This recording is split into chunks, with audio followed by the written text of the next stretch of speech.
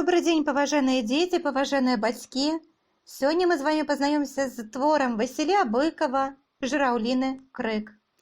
Аповесць вывучаецца на уроках беларускай літаратуры ў 8 класе. 7 частка. Дурны чалавек, вось, шалёны, безгаловы, казаў свіст. Наогул абармот. Толькі цяпер зразумеў гэта. Як кажуць, не вошы мяне заелі, а маладосць загубіла. Жыў у Саратаве, на манастырцы.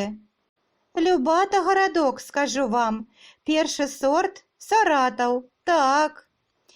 Ён памаўчаў, летуценна прапамінаючы штось, і ўсё пазіраючы ў грубку. 4 гады ўжо, як не быў. Душа занылася. Так. Дык вось, вучыўся троху. Вучыцца не любіў, ды і з дысцыпліны не ладзілася. Матка, бывала, ходзіць у школу па выкліках.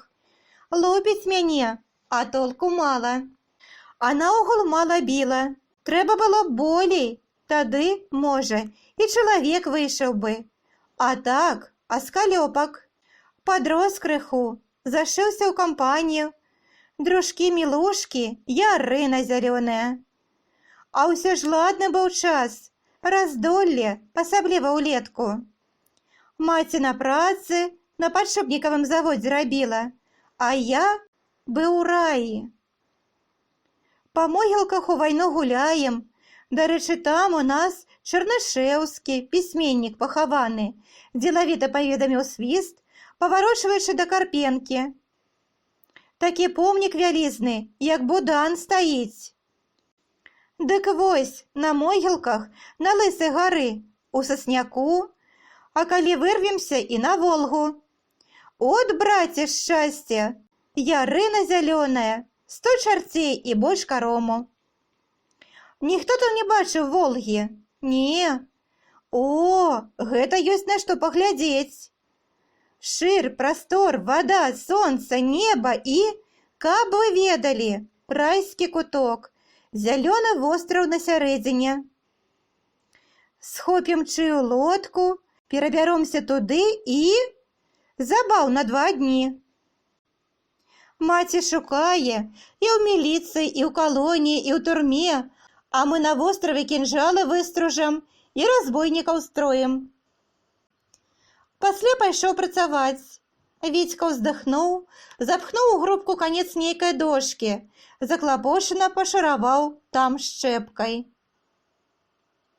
Спачатку Рыгор Сымонавіч, сусед наш, мяне да такарнай справы прыладзіў. Працаваў на тым жа падшипнікавым, утулкі рабіў. Спярша нішто, а пасля абрыдла, гарчэй за рэдзьку. Уранку утулкі, увечары утулкі, учора утулкі, і заўтра утулкі, зімой і летам адны утулкі. Ужо голыя кольцы да дзіркі сніцца ўначы пачалі. Атрута. З нуды да гарэлкі прыладзіўся, выпіваў.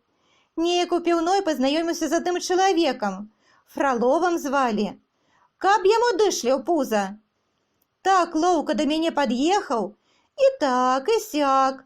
Гляжу, мілы чалавек, і грошы не шкадуе. Пілі.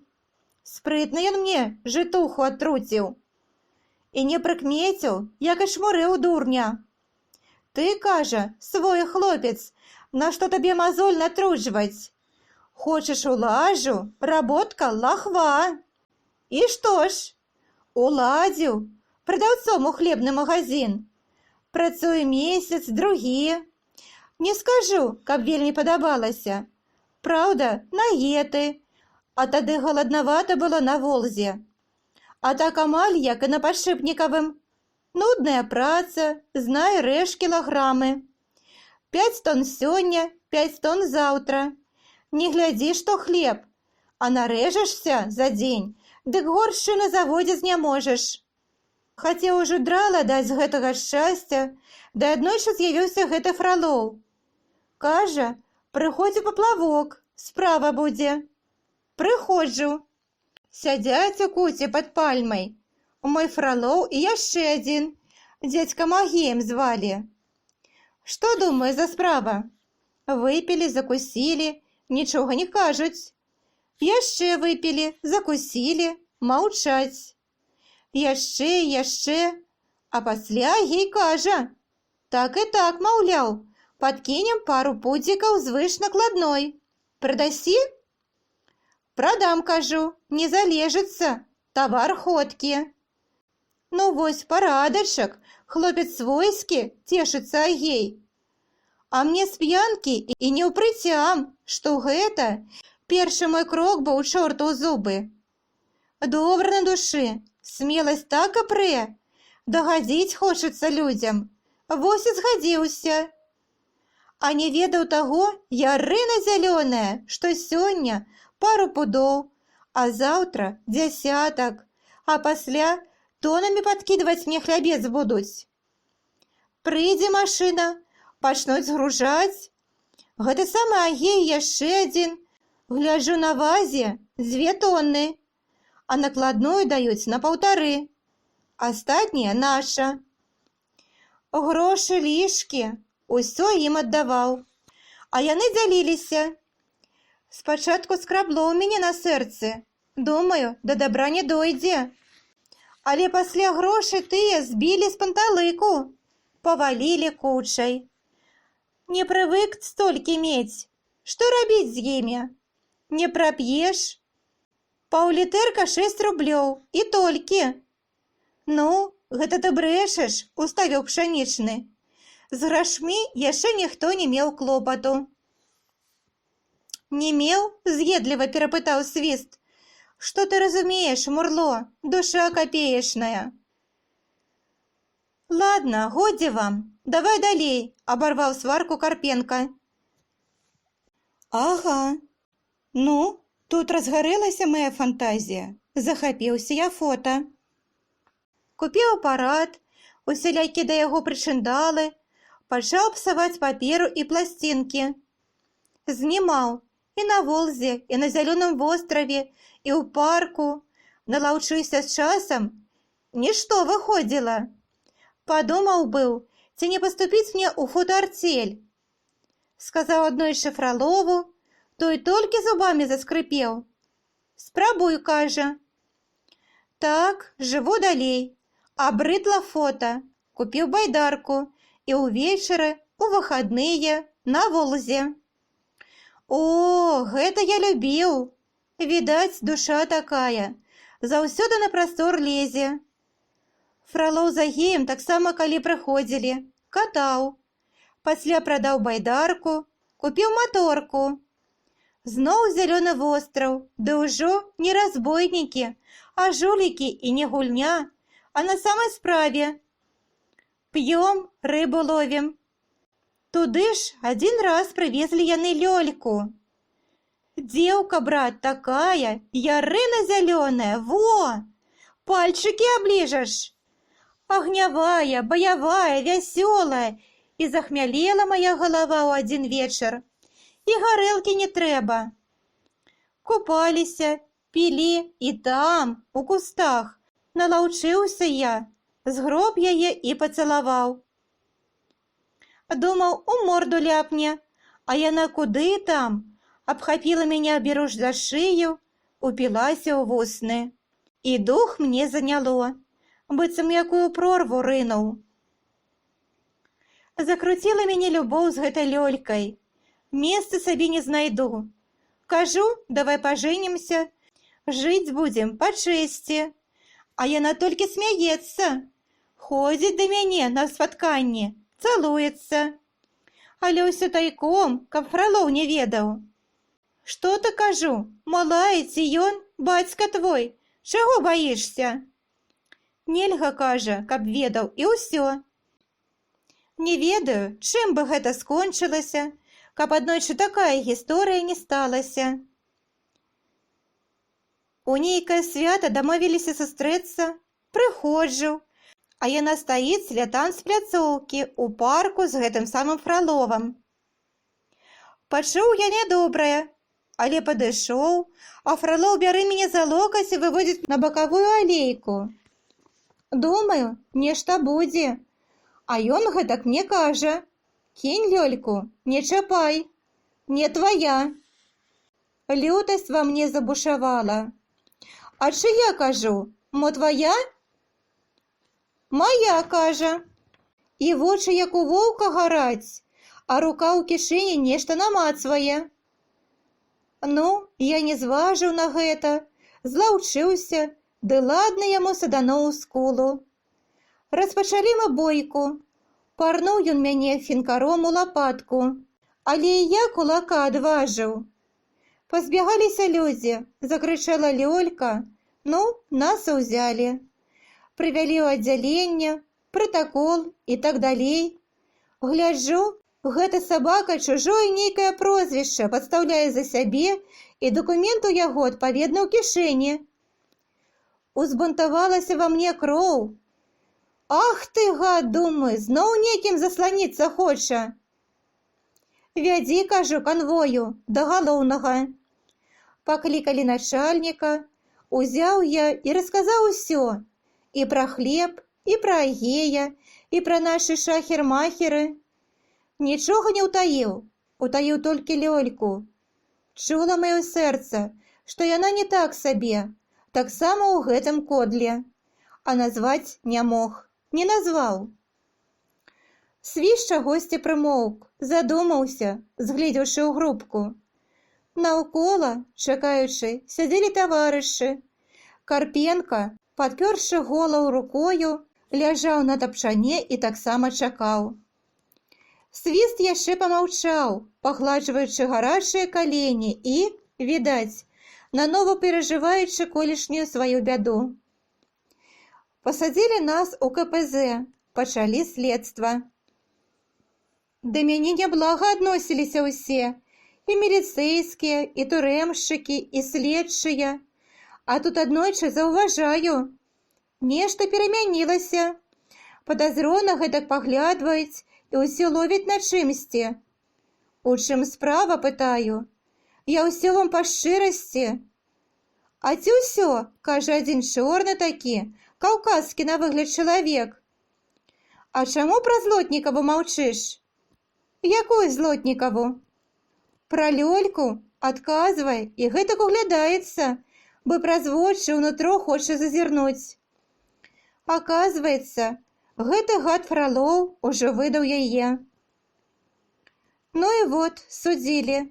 Цэлую шайку. Як глянуў я на судзе, дык аж спалохаўся. Я рына зялёная. Аказваецца, я толькі кончык ніткі падаў. А ўвесь клубок разматалі без мяне. Чалавек 20 розных зладзюг і Лёлька. Цяжка мне было, паверыце, бачыць яе там. За сябе не так крыўдна, як за яе. А яна ў вочы мне не глядзіць, не размаўляе. Няўжо, думаю, мяне даносчыкам лічыць? Маўклівасць гэтая мне душу выварочвае, карціць загаварыць, а нельга. Ну, далі каму колькі. Фролову 10, Лёльцы 3, мне 5. Пасля папаўзла жыць турэмная лагерная.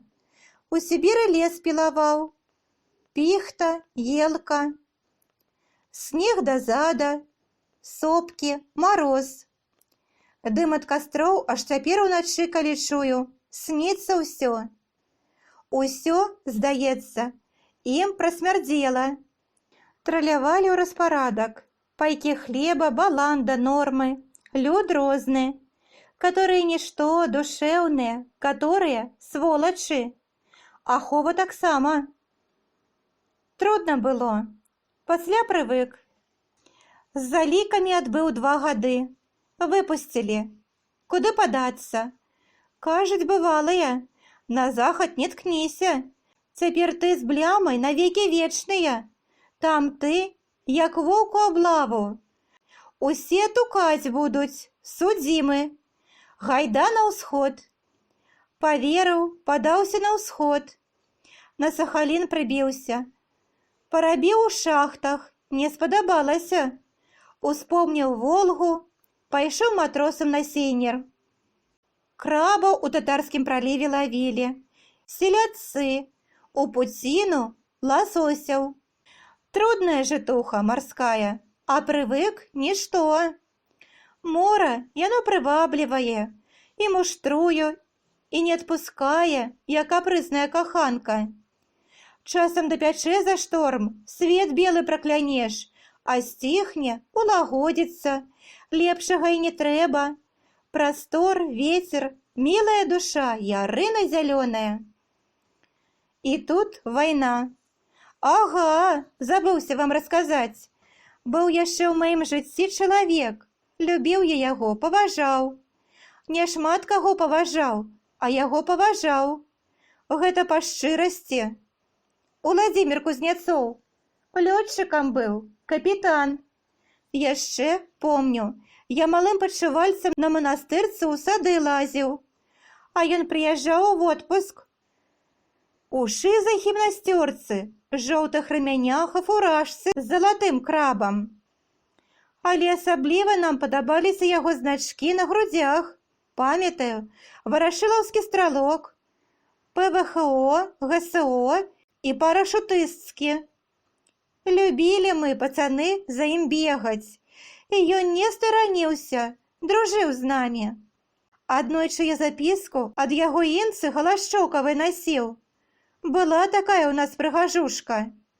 Ну вось, а пасля гэты самы Уладзімір знік, ні слыху, ні дыху. Бацька яго Рыгор Сымонавіч, той самы, што мяне да такарства прызвычаіў, ходзіць маўклівы, сярдзіты, маці ўсё бядуе, а дзе ён, ніхто не ведае. Але праз год ці два з'яўляецца наш Уладзімір Рыгоравіч. Ужо, брат, 3 шпалы на пятліцах, замест значкоў 2 ордэны чырвонага сцяга. Але, ведаеш, нешта са здароўем не лады. Паранены, аказваецца, быў. І думаеш, дзе? У Іспаніі.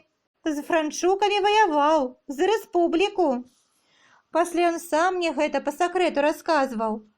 Звольнілі яго са службы з-за той раны, і пачаў ён чарнець ад нейкага гора, як той кацялок ад сажы. Стаў сумны, маўклівы і ўсё адзін. А ўбачыць, калі самалёт над горадам, дык паверыце, зажмурыць вочы, пазірае, той ужо схаваецца дзеці, пасадку зробіць, а ён усё стаіць і ўзіраецца. А на вачах слёзы. От, брат, гора было чалавеку. Калі я спутаўся з гэтай чортавай фралоўскай кампаніяй, ён штосьці заўважыў. Вядома, па суседству нядоўга што ўтоіш. І ўсё казаў мне: «Кінь ты, Вітька, не тое робіш». Ну, а я не паслухаў. Хацеў і не мог. Но любіў яго вельмі. І цяпер так шкадую, што не паслухаў яго. Хоць, канешне, ён не ведаў усяго, а толькі здагадваўся. Але што тыя здагадкі? І вось атрымліваю на Сахаліне пісьмяцо з Саратава ад пляменніцы. Піша: «Таго ўзялі, таго прызвалі, а Кузнецова сын на другі дзень вайны сам пайшоў. Не хацелі браць у лётчыкі, бо здароўе непрыгоднае, дык ён у пяхоту выпрасіўся». Ну, думаю, карціна, ярына зялёная. Што, думаю, за гады тыя фашысты, калі ўжо такі чалавек гатовы ў пяхоце з імі біцца. Ну і вось усе мае знаёмыя, былыя дружбакі, на фронце, адзін свіст у тыле. То быў у турме, а цяпер у цёплым месцы ў рэбфлоце. Не, думаю, я таксама чалавек, не скаціна. Падаў заяву, давайце разлік, не пушчаюць.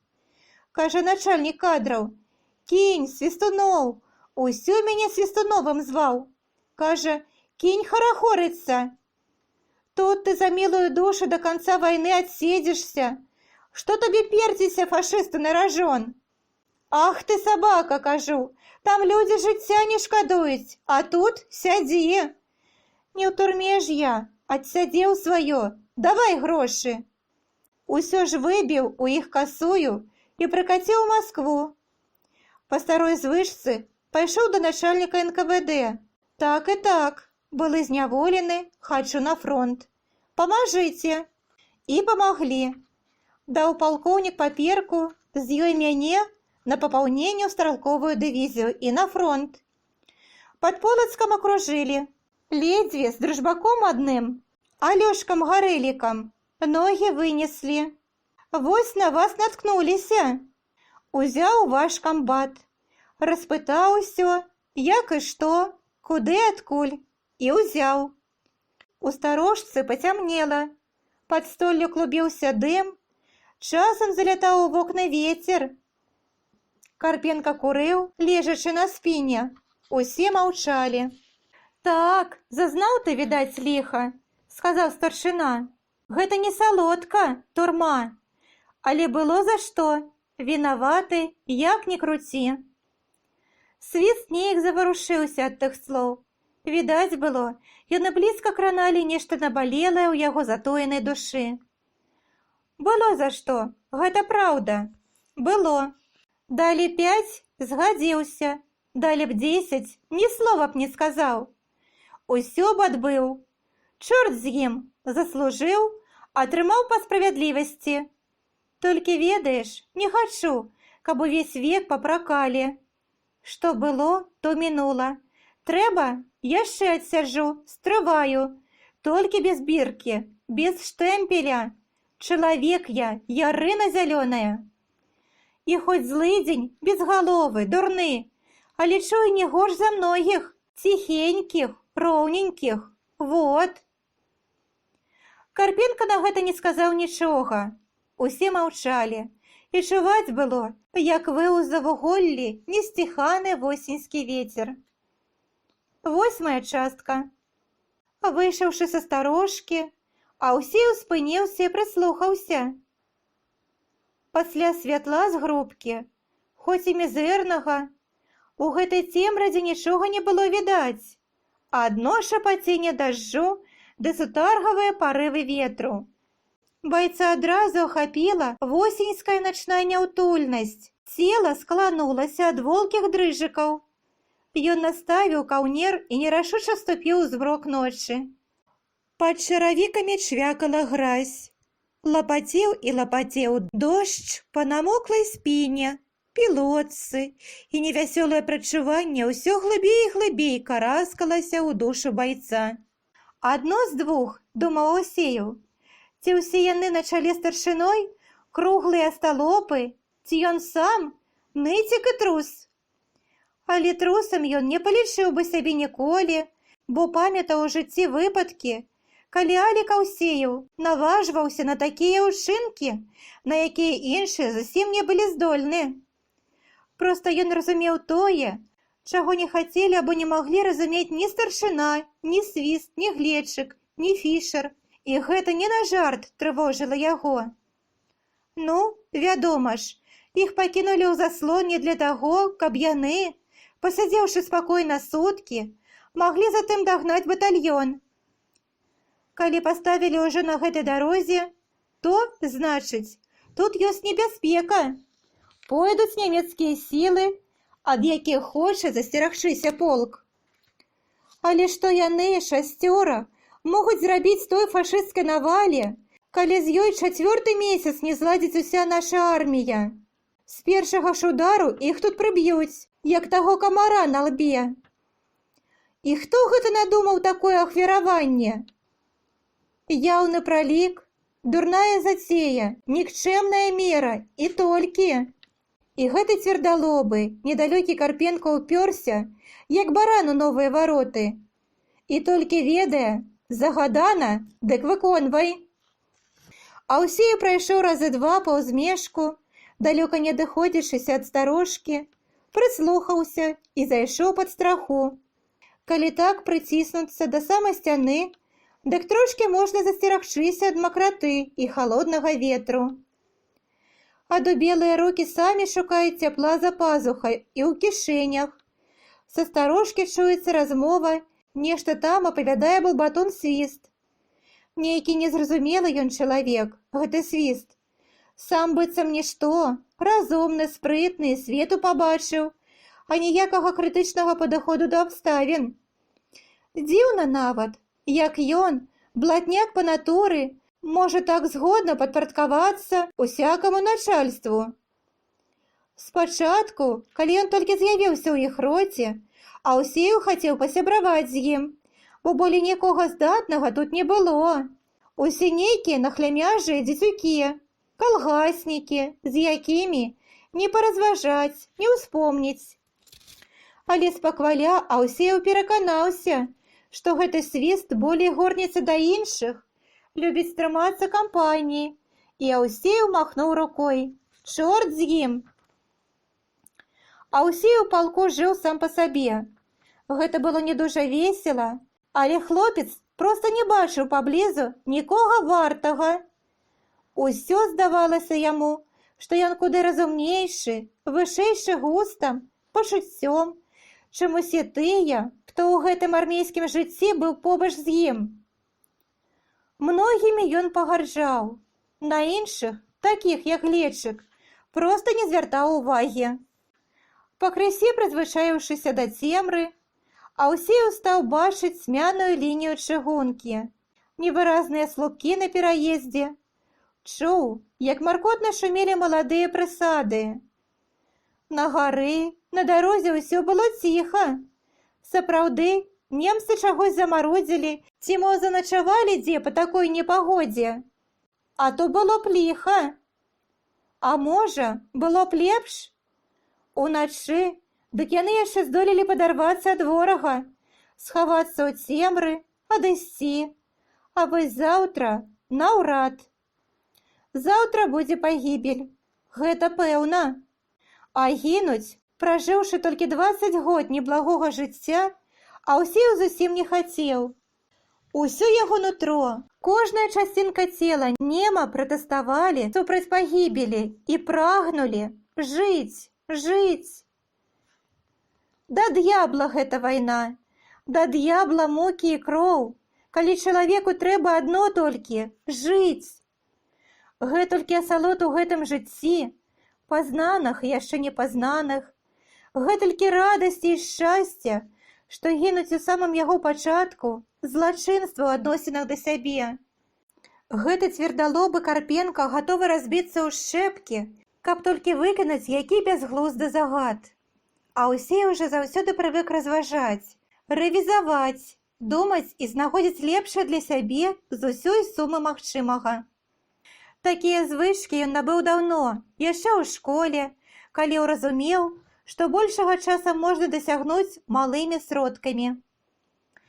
Ён шмат чытаў, вучыўся лёгка і сярод настаўнікаў і таварышаў лічыўся здольным, развітым вучнем. Без асаблівых турбот даваліся яму гуманітарныя навукі. Матэматычныя ён таксама ведаў. Але чым далей вучыўся, тым болей іх недалюбліваў.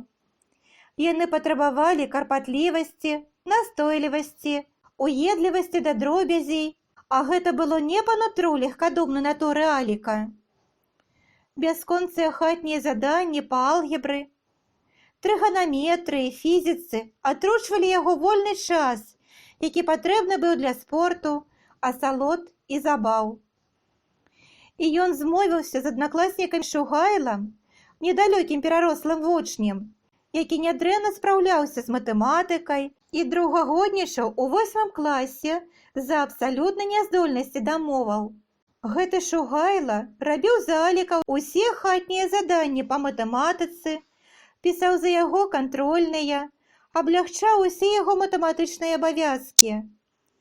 Алік дапамагаў яму на дыктантах і сачыненнях, але рабіў гэта хітра, і калі па матэматыцы адзнакі ў іх былі аднолькавыя, то па моўных работах ацэнка ў Шугайлы мала калі ўзнімалася да 4. Алік жа 4 мяў рэдка. Ён быў выдатнік. Бацька яго, ваенны ўрач, падпалкоўнік Аўсеў, у справы юнака сына ўмешваўся мала. Ён быў поўны ўласных хлопатаў. Затое маці, ужо не маладая і вельмі сардэчная жанчына, даглядала адзінага свайго сынка за 5 бацькоў і 5 матак.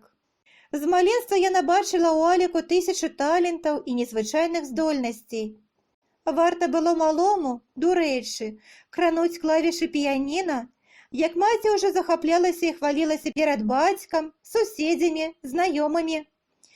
Ён жа цуда дзіця, узяў акорд. О, ён будзе кампазітар. Алік пэцкаў на паперы паслінелым алоўкам якія крывулякі. Маці падхоплівала тую паперку і бегла паказваць іншым. Во якія здольнасці ў яе сына. Калі сынок крыўдзіў каго з малых на дварэ і на яго скардзіліся суседкі, тая, зачыніўшы дзверы, казала: «Малайчына, сынок, не дазваляй, каб над табою бралі верх». Падросшы, Алік пайшоў у музычную школу. Няблага правучыўся там 2 гады, але затым кінуў. Маці вельмі пакутавала ад таго, здзіўляліся педагогі, чаму гэта ён, здольны да музыкі хлопец, раптам згубіў да яе ахвоту. А ўсіх нікому не тлумачыў нічога, але сам ведаў пэўна, што зрабіў правільна. Лепш быць першым у Галіі, чым другім у Рыме. Вычытаў некалі Алік і зразумеў, што ў музычнай школе яму ніколі не быць першым. Першай там была Ніна Машкова, а на іншае месца для сябе Алік не мог пагадзіцца. Праз месяц ці 2 Аўсеў запісаўся ў студыю выяўленчага мастацтва. Купіў вялізны альбом, мядовыя акварэльныя фарбы і ўсю зіму пісаў нацюрморты. Аліку здавалася, што яго малюнкі не горшыя за працы іншых студыйцаў. Але выкладчык Леонід Яўгеньевіч, старенькі чалавек у зашмальцаванай талстоўцы, часам, спыніўшыся ля яго мальберта, церабіў вузенькую бародку і невядома чаму пытаўся: «Вы, Аўсеў, спорт паважаеце?» «Паважаю», жвава паварочваючыся да яго, казаў Алік. І настаўнік згодна ківаў бародкай. «Правільна, футбол, напрыклад. Цудоўны занятак для юнака». Спярша Аўсеў не разумеў, а пасля здагадаўся пра тыя цьмяныя намёкі і перастаў наведваць студыю. Якраз пачыналася вясна, прыгравала сонца. На дзіцячым стадыёне да позняга вечара бухалі мячы, і Алік Аўсеў аддаўся спорту. Пасля некалькіх трэніровак яго залічылі ў юнацкую футбольную каманду раёна, якая затым у спаборніцтвах на першынство горада заняла першае месца. Здымак каманды пераможцы надрукавалі ў мясцовай газеце. Алік у рашаючым матчы забіў 2 галы і адчуў у сабе такое, быццам ён намнога пасталеў за свае 16 гадоў. Яго перасталі цікавіць аднакласнікі і нават настаўнікі, якія выказвалі да юнака-спартсмена непрыкметную павагу. Ён убачыў, як дзяўчаты пазіралі на яго закаханымі вачыма, і таварышы згаралі ад зайздрасці да яго поспехаў. Усё гэта прыемна казытала яго пачуцці, і Алік пачынаў ужо думаць, што знайшоў сваю каляіну ў жыцці. Калі ў пачатку лета на іхнюю каманду пасыпаўся шэраг няўдач, 3 разы запар на адказных спаборніцтвах яны ганебна прайгралі. Аднойчы Аліка вывелі з ігры за грубасць і ўрэшце замянілі другім юнаком. Доўга пасля таго Аўсеў самотна перажываў свае жыццёвыя няўдачы, але маці зацяшала сына, даводзячы, што ён вельмі здольны, усебакова таленавіты, трохі ленаваты, а калі пастараецца, то будзе проста геніяльны чалавек. Гэты засвоены з дзяцінства довад пакрысе супакойваў Аліка, напаўняў яго пагардай да іншых і даваў падставу глядзець на сябе як на выключнасць. Але людзі чамусьці ўпарта не хацелі заўважаць выключнасці Аўсеева і зусім не так, як таго патрабавала яго натура, ставіліся да маладога чалавека. Асабліва гэта праявілася, калі Алік Аўсеў прыехаў у Ленінград і паступіў у артылерыйскае вучылішча. вучачыся ў 10 класе, Алекс зразумеў, што мастацтва, музыка, жывапіс, а таксама спорт – гэта не яго стыхія, бо там трэба фанатычная бязлітаснасць да сябе, упартасць і праца. А ўсё тое, што даецца вялізным намаганнем праз цяжкасці, тое, ведаў Аўсею, перастае несці асалоду, радасць таго засмучаецца цяжарам дасягнення. Вайсковая ж вабіла яго рамантыкай жыцця і прыгажосцю формы. Ён любіў глядзець на чырвонаармейскі строй у час парадаў. Яму падабаўся зухаваты выгляд маладых камандзіраў, апяразаных рамянямі, з сумкамі і пісталетамі на баку. Любіў магутнасць баявых машын і захапляўся пазнанымі з кніг геройскімі ўчынкамі ў часе вайны. Бацька не пярэчыў супраць гэтай схільнасці юнака Аўсеева. Маці ж, ва ўсім дагаджаючы сыну, саступіла са сваіх ранейшых жаданняў наконт яго бліскучай мастацкай будучыні. І за год да вайны Аўсеев стаў курсантам ваеннага вучылішча. Але сталася так, што з першых жа дзён свайго вайсковага жыцця курсант Аўсеев адчуў расчараванне. Камандзірам аддзялення, у якое залічылі Аўсеева, назначылі мешкаватага тугадума Тодарава. Гэты няўклюдны чалавек з тупой упартасцю і асаблівым стараннем імкнуўся выканаць усё, што ад яго патрабавалася, не зважаючы ні на чые і ні на якія перавагі. Ён зусім не хацеў бачыць, што Аўсею разумнейшы за яго і за шмат каго з курсантаў, што ён болей развіты і спрытнейшы, куды лепш выхаваны. Дарэчы, гэтага не хацелі заўважаць і старшына, і камандзір узвода. Яго школілі так, як і ўсіх. І калі ён спрабаваў вылучыцца, паказаць свае веды і здольнасці, даказаць, што ён варты лепшага, тады яго не злюбілі таварышы. Праўда, тыя нягоды хутка скончыліся. Улетку, калі пачалася вайна, яго ў ліку вялікай групы курсантаў адклікалі з вучылішча і з маршавай ротай накіравалі на фронт. Аўсеў спачатку ажно ўзрадаваўся і на пыльных дарогах, дабіраючыся да перадавой, быў поўны рашучасці на які-небудзь геройскі ўчынак. Усё карцела яму паказаць людзям, на што здатны Аўсеў. Але ў першым жа баі яго аглушыла грымотцем страляніны, асляпіла страхам блізкай смерці, апаліла болем няўдачы і разгрому. «Не», – сказаў сабе Аўсеў, – «гэта не для мяне». І далей ужо толькі і дбаў, каб як уцалець. Дагэтуль яму так-сяк шанцавала, але, здаецца, прыйшоў канец яго ўдачам.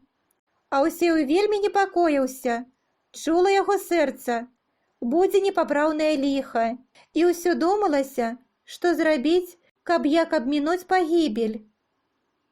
Так, стоячы пад застрэшкам і марна думаючы, як выйсці цэлым з гэтай бяды, Аўсеў і не заўважыў, калі сціх дождж. Уначы пацішэла, перасталі ляскатаць кроплі па даху. Здаецца, патроху санімаўся і вецер. Невядома, колькі было часу, Аўсеў адчуваў млявую знямогу ва ўсім целе і, злосна падумаўшы пра тых у старожцы, якія гэтулькі часу не звіняюць яго, адчыніў дзверы. Паважаныя дзеці, дзякуй вам за ўвагу. Ставьте лайки, подписывайтесь на канал.